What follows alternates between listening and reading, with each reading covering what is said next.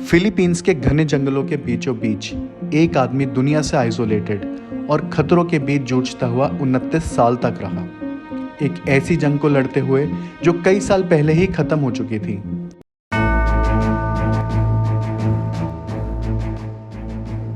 ये अनोखी कहानी है एक Japanese commanding officer hero Onoda की, उनके अटूट आत्मविश्वास की और आखिरी दम तक हिम्मत ना छोड़ने के दृढ़ संकल्प की।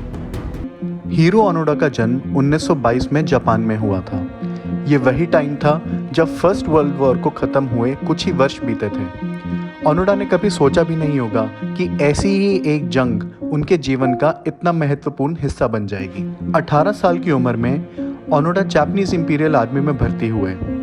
जल्द ही वो वर्ल्ड वॉर 2 के दौरान फिलीपींस के लुबांग आइलैंड पर तैनात कर दिए गए। उनके ऑर्डर सिंपल लेकिन इम्प्लीमेंटेशन करने में उतने ही मुश्किल थे।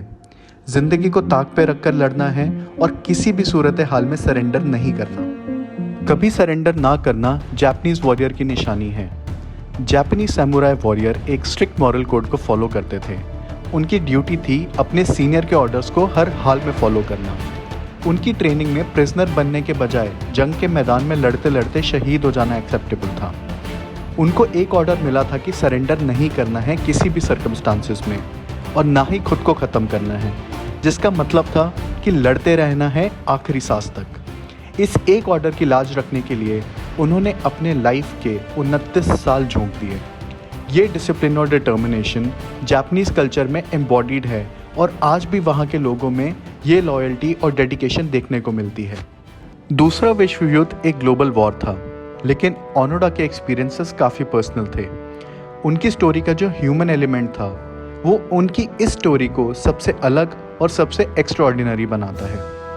1945 में जापान ने अलाइड पावर्स के सामने सरेंडर कर दिया, लेकिन किसी वजह से ओनोडा और उनके साथियों को सरेंडर करने के आदेश नहीं मिले और उन लोगों को नहीं पता चला कि युद्ध खत्म हो चुका है।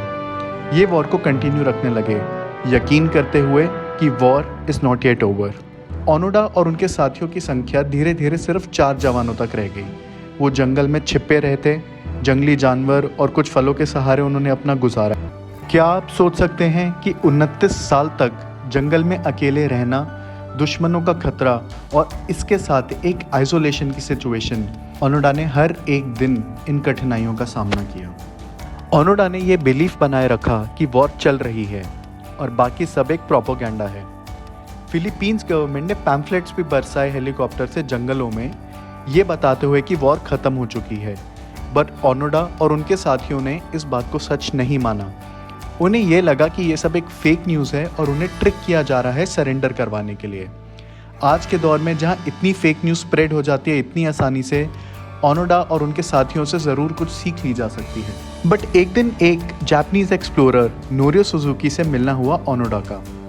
उनके बीच अग्रीमेंट हुआ, अगर नोरियो उनके कमांडिंग ऑफिसर मेजर योशिमी से ऑर्डर ला देंगे तो वो सरेंडर कर सकते हैं। सुजुकी का मिशन एक सक्सेस हुआ और ओनोडा की वॉर फाइनली ख़त्म हुई 9 मार्च 1974 में। जब ओनोडा ने जापान के सरेंडर को एक्सेप्ट किया, वो मोमेंट उनके लिए काफ़ी ज़्यादा इमोशनल था। ऑब्वियसली इतने डिटर्मिनेशन, स्ट्रगल और सॉलिट्यूड के बाद कितना हार्ट ब्रेकिंग रहा होगा वो सरेंडर ओनोडा के लिए।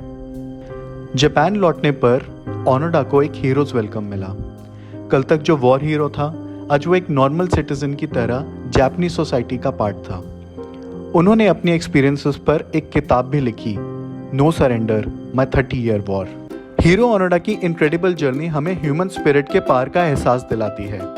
हमें बताती है कि एक्सट्रीम सर्कमस्टांसेस में भी डिटर्मिनेशन एंड सेल्फ बिलीफ इंसान को आगे बढ़ने में कितना मदद करता है, और हमें एहसास दिलाता है कि इंसान कितना ज़्यादा केपेबल है और किस एक्सटेंट तक जा सकता है अपने विल पावर के सहारे। अगर आप भी हमारी तरह हीरो ओनोडा की स्टोरी से इंस्पायर हुए हैं तो इस वीडियो को लाइक करिए और हमारे चैनल को सब्सक्राइब करिए ऐसे ही और इंटरेस्टिंग स्टोरीज़ के लिए। Thank you for watching.